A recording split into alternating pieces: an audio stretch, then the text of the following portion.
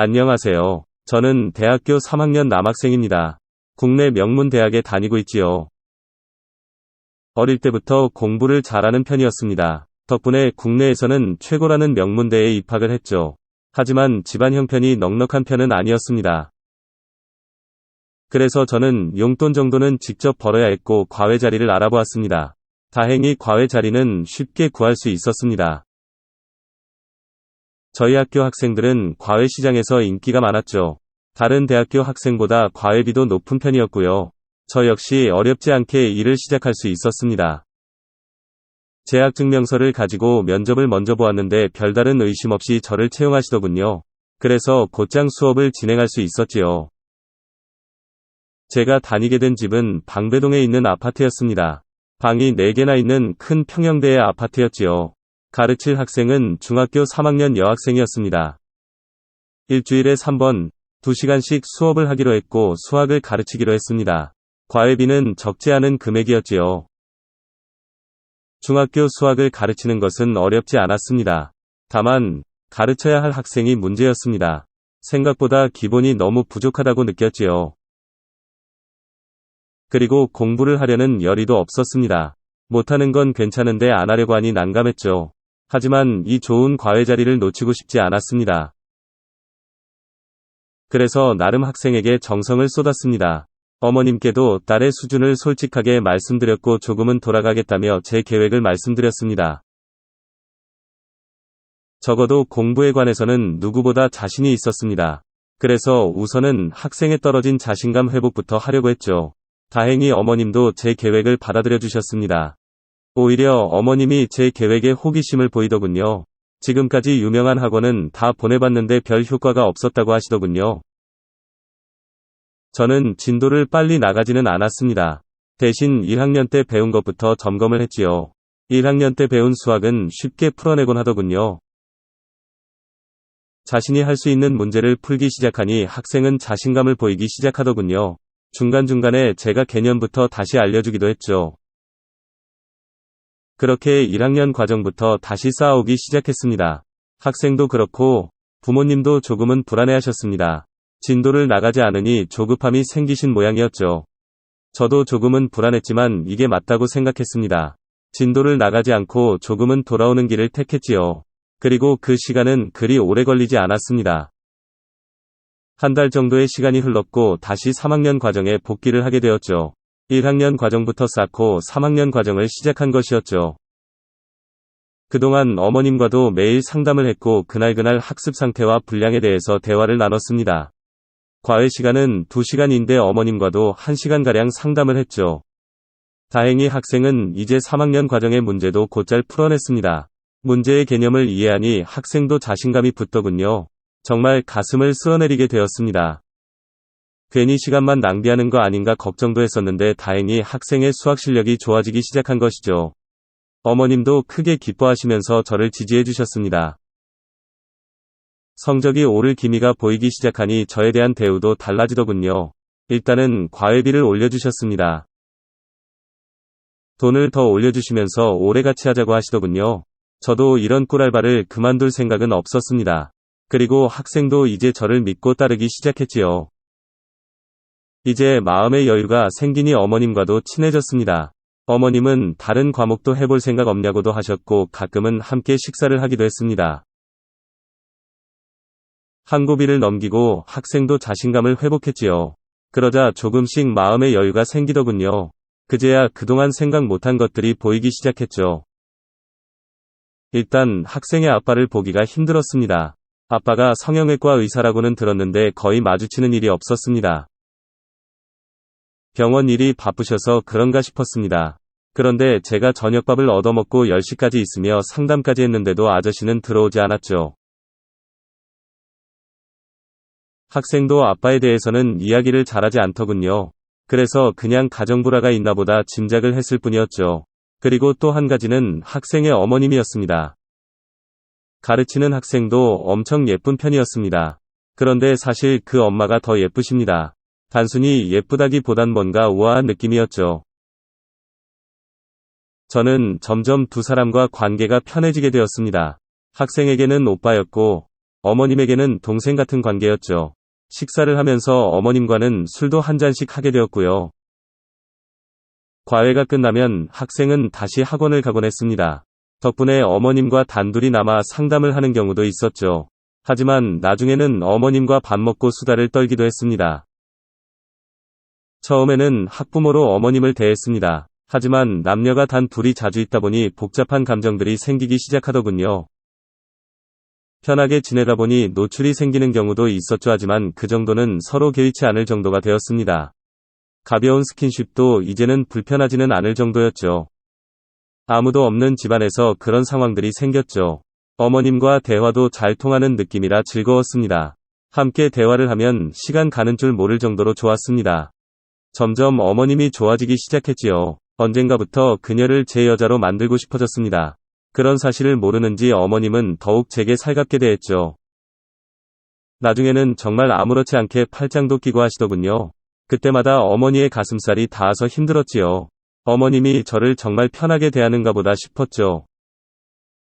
그러던 어느 날 학생은 다시 학원을 갔고 어머님과 둘이서 저녁 식사를 하게 되었습니다.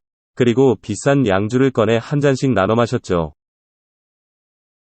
그때 어머님이 자신의 속마음을 말씀하셨습니다. 저녁 시간이 외로웠는데 이렇게 남자랑 같이 있으니 좋다시더군요. 저에게는 여자친구 생겨도 종종 저녁 먹어달라고 하시더군요. 그때 저도 조금은 제 속마음을 이야기했습니다. 어머님 같은 예쁜 여자친구 생기면 좋겠다고 말이죠. 다행히 어머님이 해맑게 웃으시더군요. 어머님은 자기가 예쁘냐고 집요하게 물으셨고 저는 사실 어머님을 볼 때마다 설렌다고 말을 했습니다. 기분 좋으라고 한 소리지만 진심이기도 했지요. 어머님도 저 같은 남자를 만났으면 좋았겠다고 하시더군요. 저는 그럼 저를 남자친구라고 생각하시라고 했죠. 어머님도 피식 웃으면서 그럴까라고 하셨습니다. 기회다 싶어서 정말로 사귀자고 말을 했습니다. 말을 해놓고 보니 어색한 분위기가 찾아왔죠. 하지만 어머님도 거절은 하지 않으셨습니다. 그저 얼굴이 붉어진 채로 쑥스러워 하시더군요.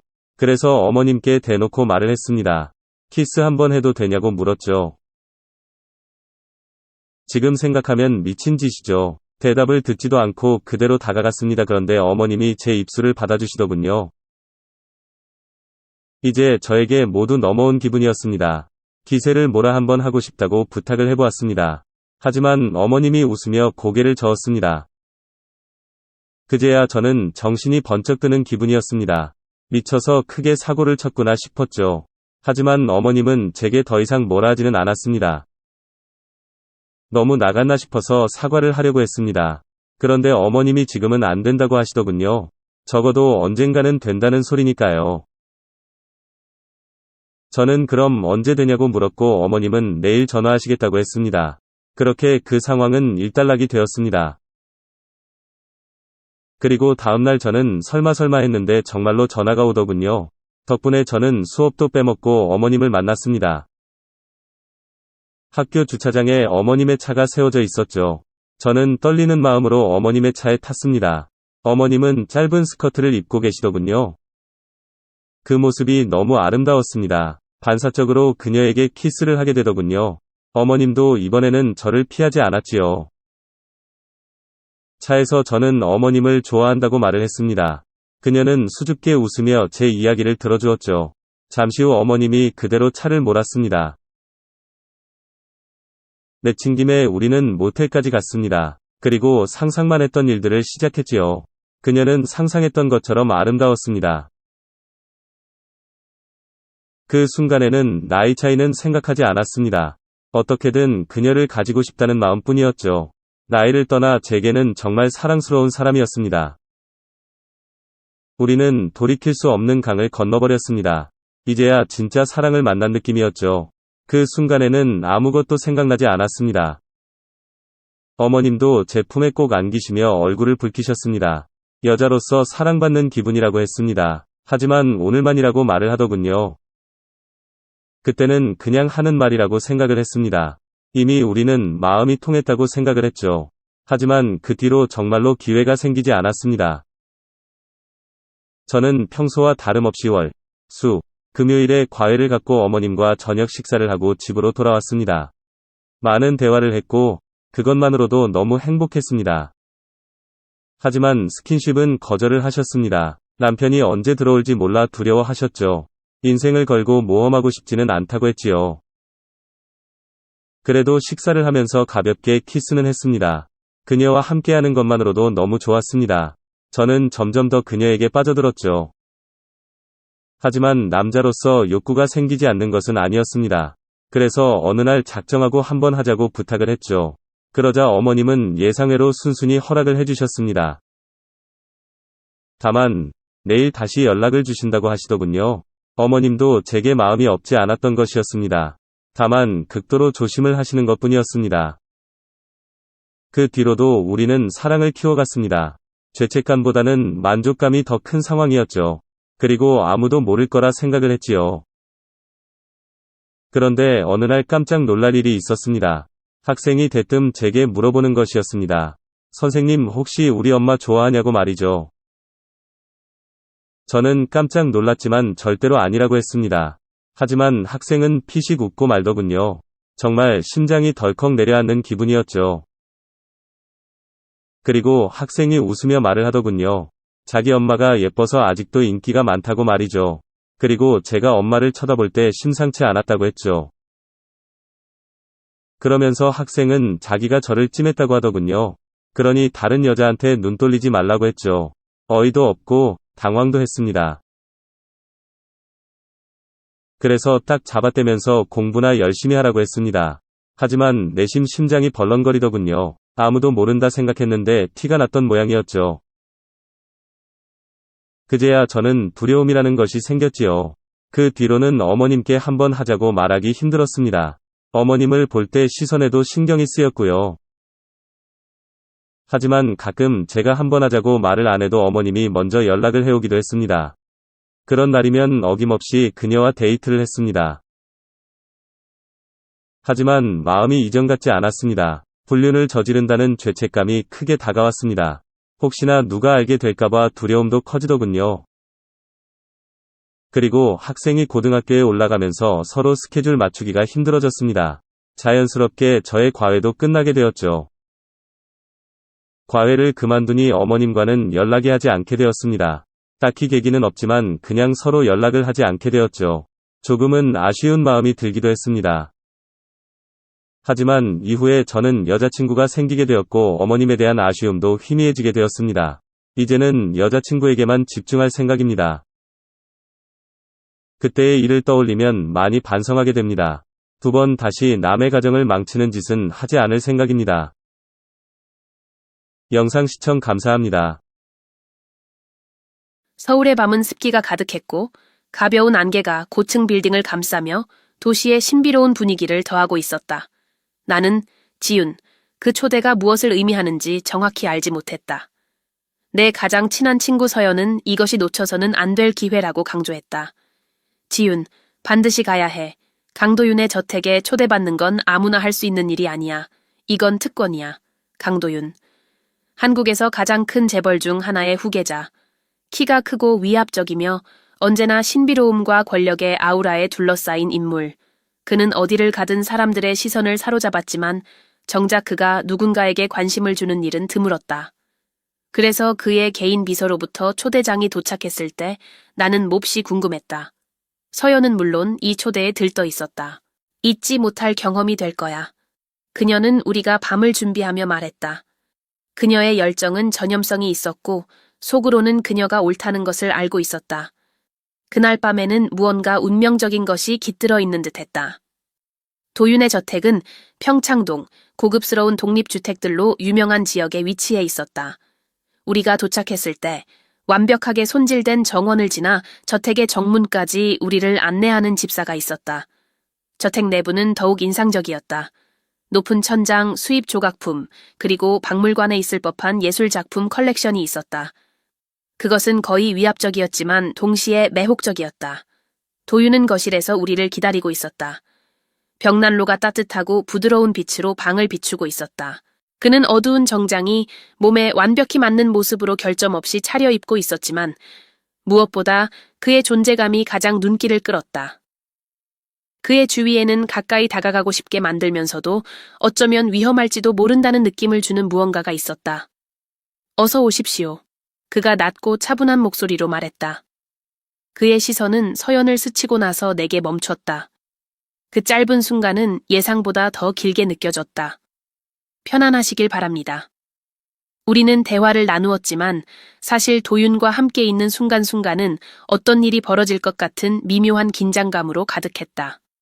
그는 많은 말을 하지 않아도 분위기를 장악했고 서연은 그의 매력에 완전히 빠져 있는 듯했다. 하지만 나는 어떻게 행동해야 할지 몰랐다. 그곳은 도윤의 세계였고 나는 그곳에서 이방인처럼 느껴졌다. 하지만 그것이 오히려 모든 것을 더욱 흥미롭게 만들었다. 어느 순간 그는 일어나 우리에게 말했다. 특별한 걸 보여드리고 싶습니다. 반쯤 웃으며 말하던 그의 목소리에 내 심장은 빠르게 뛰었다. 서연은 언제나처럼 호기심 많고 대담하게 맨 먼저 따라갔다. 나는 그녀를 가까이 따라가며 긴장감을 감추려고 애썼다. 그는 넓은 복도를 따라 우리를 안내했다. 그곳은 현대 예술 작품과 저택의 고전적인 건축 양식이 대비를 이루고 있었다. 우리는 나무로 된 정교한 조각이 새겨진 문 앞에 멈췄다. 지금까지 본 것과는 전혀 다른 모습이었다. 여기는 특별한 곳입니다. 그는 문 손잡이에 손을 얹으며 말했다. 모두가 들어올 수 있는 곳은 아닙니다. 서연은 도전적인 눈빛으로 눈썹을 치켜 올렸다. 여기 안에 대체 뭐가 그렇게 특별한 건데요? 도윤은 미소 지으며 대답했다. 그 미소는 마치 비밀을 품고 있는 듯했다. 직접 보셔야 알 수 있습니다. 그가 문을 열었을 때 우리가 본 것은 예상 밖이었다. 방은 넓었지만 전통적인 화려함과는 거리가 멀었다. 대신 공간은 친밀함으로 가득 차 있었다. 벽은 어두운 비단으로 덮여 있었고 은은한 조명은 전략적으로 배치된 조명기구에서 나왔다. 투명한 커튼으로 둘러싸인 커다란 침대가 방 중앙을 차지하고 있었으며 부드러운 쿠션들이 바닥에 흩어져 있었다. 여기가 금지된 방입니다. 도윤이 문을 닫으며 말했다. 이곳에서는 규칙이 없습니다. 방은 살아있는 것처럼 느껴졌다. 은은한 조명은 비단 커튼의 곡선을 강조했고 바닥에 흩어진 쿠션의 반짝임과 도윤의 우아한 그림자를 비췄다. 그는 이제 방의 중앙을 향해 천천히 걸어갔다. 그의 한 걸음 한 걸음은 우리의 반응을 측정하려는 듯 의도적으로 보였다. 서연이 먼저 침묵을 깼다. 그리고 이 금지된 방에서는 정확히 어떤 일이 일어나나요? 그녀의 목소리는 도발적이었지만 그녀의 눈빛에는 진심 어린 호기심이 담겨 있었다. 반면 나는 움직이지 않고 방의 모든 세부 사항과 우리 사이에 새으며드는 긴장을 흡수하고 있었다. 도윤은 침대 옆에 멈춰 섰다. 어두운 캐노피의 나무에 손을 얹고 있었다. 그의 시선은 우리 둘 사이를 오가며 분석하듯 거의 장난스럽게 보였다. 그는 바로 대답하지 않았다. 대신 침묵이 그의 대답을 대신하게 했다. 마치 우리를 시험하고 다음 단계를 우리가 스스로 결정하게 하려는 것 같았다. 이곳은 기대를 내려놓고 싶은 사람들을 위한 공간입니다. 그가 마침내 말했다. 그의 목소리는 거의 속삭임 같았지만 방 안을 울리는 강렬함을 담고 있었다. 여기에서는 오직 욕망만이 중요합니다. 나는 침을 삼키며 얼굴로 올라오는 붉은 기운을 억누르려 했다. 서연은 반대로 매료된 것처럼 보였다. 그녀는 자연스러운 자신감으로 한 걸음 앞으로 나아갔고 마치 이미 무엇을 해야 할지 알고 있는 듯했다.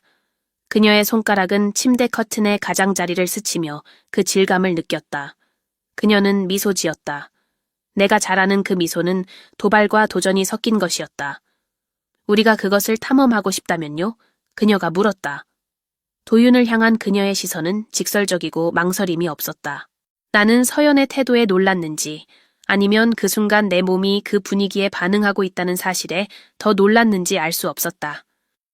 내 호흡은 더 무거워졌고 도윤에 가까운 존재는 거의 숨막힐 것 같았지만 동시에 매혹적이었다. 그는 움직이지 않았지만 서연과 때때로 나를 향한 그의 강렬한 시선은 우리 사이의 공간을 채우기에 충분했다. 마침내 도윤은 서연에게 다가갔지만 그의 자세는 여전히 절제되어 있었다. 마치 그만이 들을 수 있는 교향곡의 지휘자 같았다. 그는 손을 뻗어 그녀의 얼굴을 가볍게 손가락으로 만졌다. 그 터치는 가벼웠지만 의도가 가득 담겨 있었다. 나는 고개를 돌릴 수 없었다. 그녀가 잠시 눈을 감고 그 터치에 몸을 맡기는 모습을 지켜보았다. 그리고 너는 어떻지, 지윤? 이번엔 나를 향한 그의 목소리가 들렸다. 그의 입에서 나오는 내 이름은 마치 주문 같았다. 나를 바닥에 붙들어 매고 그의 부름에 응답하고 싶게 만드는 무언가였다. 너도 자신을 허락할 준비가 되었니? 내 머릿속은 혼란스러웠다.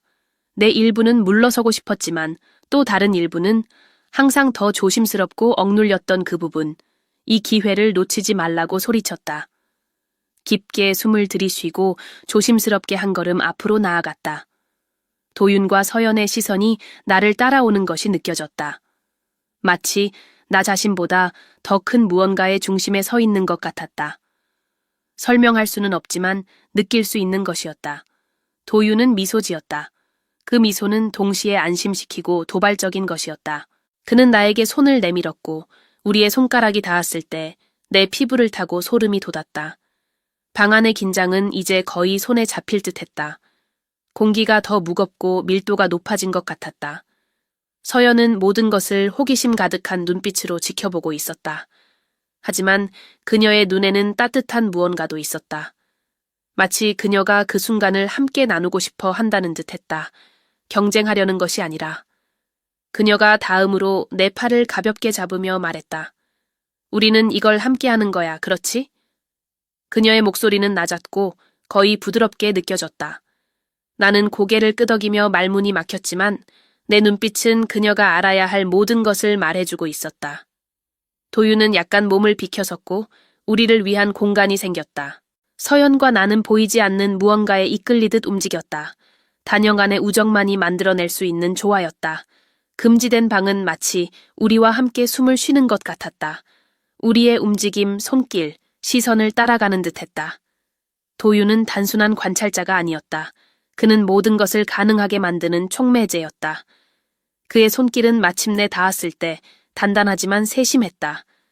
마치 매 순간이 잊을 수 없는 순간이 되길 바라는 것 같았다. 서연과 나는 서로를 바라보았고 그 순간 어떠한 망설임도 사라졌다. 그곳에는 의심할 여지가 없었다. 오직 그 순간에 벌어지는 일들만 있었다. 새벽은 꿈처럼 흘러갔다. 매 순간이 이전보다 더 강렬했다. 우리 사이의 열기는 점점 더 뜨거워졌고 어디서부터 시작되었는지 알 수 없는 연결이었지만 동시에 모든 것이 자연스럽게 느껴졌다. 나는 시간의 흐름을 잊었고 그 벽 너머의 현실조차도 잊었다. 존재하는 것은 오직 이 방, 은은한 조명, 그리고 우리 셋뿐이었다. 밤은 독특한 리듬으로 펼쳐지고 있었다. 마치 이 방 안의 시간은 외부 세계의 규칙을 따르지 않는 것처럼 모든 동작, 모든 손길, 모든 눈빛은 신중하게 연출된 것 같았다. 도윤이 보이지 않는 무언의 교향곡을 지휘하고 있었고 서연과 나는 그의 작품의 필수적인 일부가 된 듯했다. 서연이 나에게 더 가까이 다가오자 그녀의 숨결이 느껴졌다. 그녀의 손가락이 내 팔을 가볍게 스치며 내려갔다. 그 동작은 동시에 위로가 되면서도 전율을 일으켰다. 순간적으로 우리가 어떻게 여기까지 왔는지 궁금해졌지만 그 대답은 더 이상 중요하지 않았다. 우리는 이미 이곳에 있었고 상상조차 하지 못했던 무언가를 탐구하고 있었다. 도윤은 단순한 호기심 이상의 눈빛으로 우리를 바라보고 있었다. 그는 모든 세부 사항, 모든 반응을 흡수하며 자신의 움직임을 그에 맞춰 조율하는 것 같았다. 그는 우리 둘에게 가까이 다가왔고 그의 존재는 공간을 자연스럽게 지배했다. 말 한마디 없이 그는 우리 사이에 자리 잡았고 그의 손은 부드럽지만 단단하게 우리의 어깨 위로 미끄러졌다. 서연은 장난기 가득한 미소를 지으며 말했다. 우리를 이렇게 보는 게 마음에 드시나요? 그녀의 목소리는 낮고 도발적이었다. 도윤은 고개를 약간 기울이며 그의 입술에 번지는 미소로 답을 대신했다. 마음에 든다기보다 그는 자신감 넘치는 목소리로 답하며 내 몸에 소름이 돋게 했다. 당신들이 연결되는 모습을 보는 건 매혹적이죠. 이렇게 특별한 건 드물거든요. 그가 말하는 동안 나는 그의 시선이 나를 향하고 있음을 느낄 수 있었다. 마치 나를 분석하려는 듯 내가 숨기고 있던 모든 것을 꿰뚫으려는 눈빛이었다. 그러나 그 순간 나는 어떤 장벽도 원하지 않았다. 이렇게 있는 그대로 나 자신을 보여주는 것이 해방감으로 다가왔다. 그의 손길은 특별했다. 섬세했지만 그 속에는 제어의 힘이 담겨 있었다. 그 터치는 더 많은 것을 갈망하게 만들었다. 서연이 내 옆에서 움직이며 그의 방향으로 몸을 기울이는 것이 느껴졌다. 그녀는 낮게 숨을 내쉬었다. 마치 그녀도 나처럼 그 순간에 완전히 몰입한 것 같았다. 방의 온도가 바뀌는 것 같았다. 아니면 단지 우리 사이의 강렬함이 더욱 고조된 탓일지도 몰랐다. 방 안의 은은한 조명은 벽에 춤추는 그림자를 만들어냈고 그것은 거의 초현실적인 분위기를 자아냈다. 우리의 숨소리, 커튼이 갑작스러운 움직임에 흔들릴 때 나는 부드러운 소리, 모든 것이 증폭되어 방 전체가 살아 움직이는 듯했다. 도윤은 우리를 이끌었지만 그것은 권위적인 방식이 아니었다. 그가 잘 알고 있는 길로 우리를 인도하는 듯했지만 동시에 우리가 스스로 탐험할 수 있는 공간을 열어주었다. 그는 살짝 물러나 우리 둘이 서로에게 더 가까이 다가가는 모습을 지켜보았다. 우리의 시선이 마주쳤을 때 나는 그녀의 눈에서 나와 같은 욕망을 볼 수 있었다. 그 안에는 말로 표현할 필요가 없는 공감대가 있었다. 오직 느끼기만 하면 되는 것이었다. 마침내 우리가 서로를 만졌을 때 모든 의심은 사라졌다. 그녀의 피부가 내 피부에 닿는 온기는 위안이 되면서도 동시에 흥분을 일으켰다. 나는 그녀의 숨결이 내 얼굴 가까이에서 느껴졌고 그녀의 손가락이 내 팔 위를 부드럽게 지나가는 것을 느꼈다. 도윤은 모든 것을 평온한 표정으로 지켜보고 있었지만 그의 눈은 그가 느끼는 강렬한 감정을 숨기지 못하고 있었다. 그가 다시 다가와 우리의 얼굴을 붙잡았다. 먼저 서연의 얼굴, 그리고 내 얼굴. 그의 손은 단단하면서도 섬세했고 원하는 반응을 이끌어내기 위해 정확히 어디를 만져야 하는지 아는 듯했다. 그의 손길 아래에서 내 몸은 긴장을 풀었지만 동시에 내 마음은 수천 가지 방향으로 소용돌이쳤다. 서연은 낮게 웃음을 흘렸다. 그 소리는 방 안을 가득 채우며 메아리 쳤다. 정말 능숙하네요, 도윤. 그녀는 말했다. 목소리에는 장난기와 감탄이 섞여 있었다. 그는 미묘한 미소로 대답했는데 마치 자신이 무엇을 하고 있는지 완벽히 알고 있다는 듯 했다. 새벽은 점점 깊어졌지만 시간은 더 이상 중요하지 않았다. 우리는 마치 끝나지 않을 순간 속에 갇혀 있는 것 같았다. 모든 움직임, 모든 손길, 모든 숨소리가 완벽히 조화를 이루며 보이지 않는 선율을 따라가고 있는 듯했다. 금지된 방은 단순한 장소가 아니었다. 그것은 하나의 경험이었고 우리가 그 순간 느끼는 것만이 전부인 공간이었다. 나는 완전히 그 순간에 몰입했다. 모든 불확실함을 뒤로하고 그저 지금 이 순간을 사는 것. 도윤의 시선, 서연의 부드러운 웃음, 그들의 손길에서 느껴지는 따스함. 모든 것이 절묘하게 어우러져 강렬하면서도 해방감 넘치는 무언가를 만들어냈다. 그리고 마침내 모든 것이 멈췄을 때 우리는 지친 몸으로도 만족한 채 커다란 침대에 나란히 누워 있었다. 주위의 커튼은 부드러운 공기의 움직임에 따라 살랑이고 있었다. 나는 그 밤이 절대 잊히지 않을 것임을 알았다. 그것은 단순한 경험이 아니었다. 그것은 변화를 의미했다. 방 안이 고요해지자 유일하게 들리는 소리는 커튼의 부드러운 흔들림과 여전히 가빠진 우리의 숨소리뿐이었다. 나는 서연과 도윤 사이에 누워 있었다. 마치 외부의 세계는 완전히 사라진 듯했다. 공기는 묘하게 전류가 흐르는 것처럼 느껴졌지만 그것은 긴장이 아니었다. 그것은 우리를 초월하는 무언가, 설명할 수 없는 에너지였다. 서연은 내 쪽으로 돌아 누웠다. 그녀의 입계는 미소가 걸려 있었고 눈에는 전에 본 적 없는 빛이 반짝였다. 괜찮아? 그녀가 물었다. 목소리는 낮고 여전히 장난스러웠지만 어딘가 부드러웠다. 나는 말없이 고개를 끄덕였고 그녀는 이미 내가 느끼고 있는 것을 알고 있는 듯 보였다. 나는 괜찮았다. 아니, 그것 이상이었다. 나는 새로워진 듯 했다. 그 밤 내 안에 무언가가 부서졌다가 다시 재건된 기분이었다. 도윤은 우리 옆에 앉아 여전히 말을 하지 않았다. 하지만 그것은 공허한 침묵이 아니었다. 그는 모든 것을 지켜보며 그 순간을 마음속 깊이 새기고 있는 듯했다. 마침내 그가 입을 열었을 때 그의 목소리는 낮고 확신에 차 있었다. 당신들은 정말 특별합니다. 그는 말했다. 먼저 나를 그리고 서연을 차례로 바라보며 나는 많은 것을 경험했지만 오늘 밤은 달랐어요. 서연은 부드럽게 웃었다. 하지만 그 웃음 속에는 무언가 더 있었다. 깨달음과 만족의 뉘앙스가 섞인 웃음이었다. 그건 당신만 그런 게 아닐걸요. 그녀는 대답하며 손을 뻗어 그의 가슴을 가볍게 스쳤다. 당신은 우리가 안전지대에서 벗어나게 했어요. 그런 건 흔치 않죠. 나는 조용히 고개를 끄덕이며 모든 것을 곱씹었다. 그 밤의 모든 순간은 내 피부와 마음속에 깊이 새겨졌다. 서연과 도윤과의 가까움, 우리가 서로 연결된 방식, 우리 안의 장벽이 허물어진 그 과정은 단순한 물리적 경험을 초월한 것이었다. 그것은 우리를 변화시킨 경험이었다. 그러나 그때 예상치 못한 일이 일어났다. 도윤이 자리에서 일어나더니 방 한쪽 구석에 숨겨져 있던 커튼을 걷었다. 그 뒤에는 눈에 잘 띄지 않는 문이 있었다. 그는 문을 열고 손짓하며 우리를 불렀다. 이미 다 봤다고 생각하시나요? 그는 그를 대표하는 신비로운 미소를 띠며 말했다. 아직 더 남아있어요. 서연과 나는 눈을 마주쳤고 우리의 호기심은 다시금 커졌다. 우리는 그를 따라 나섰다. 맨발로 걸음을 옮길 때 차가운 바닥에서 나는 소리는 거의 들리지 않았다. 우리는 좁은 복도를 지나갔다. 복도는 벽에 매립된 작은 조명들로 은은히 빛나고 있었다. 마침내 도착한 곳은 둥근 형태의 반기였다. 유리로 된 벽은 아래에 도시의 아름다운 정형을 한눈에 보여주고 있었다. 마치 서울 위에 떠 있는 것 같은 기분이었다. 도시의 불빛이 우리의 얼굴을 비추며 반짝이고 있었다. 방 중앙에는 크리스털병 하나가 올려진 받침대가 있었고 그 안에는 황금빛 액체가 가득 차 있었다. 그 옆에는 3개의 잔이 놓여 있었다.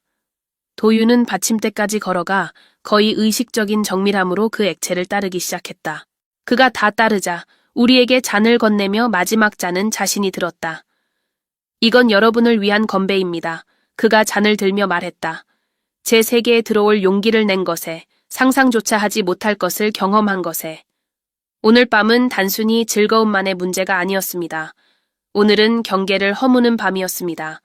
그리고 이것은 사랑스러운 여러분, 우리가 절대 잊을 수 없는 일이 될 겁니다.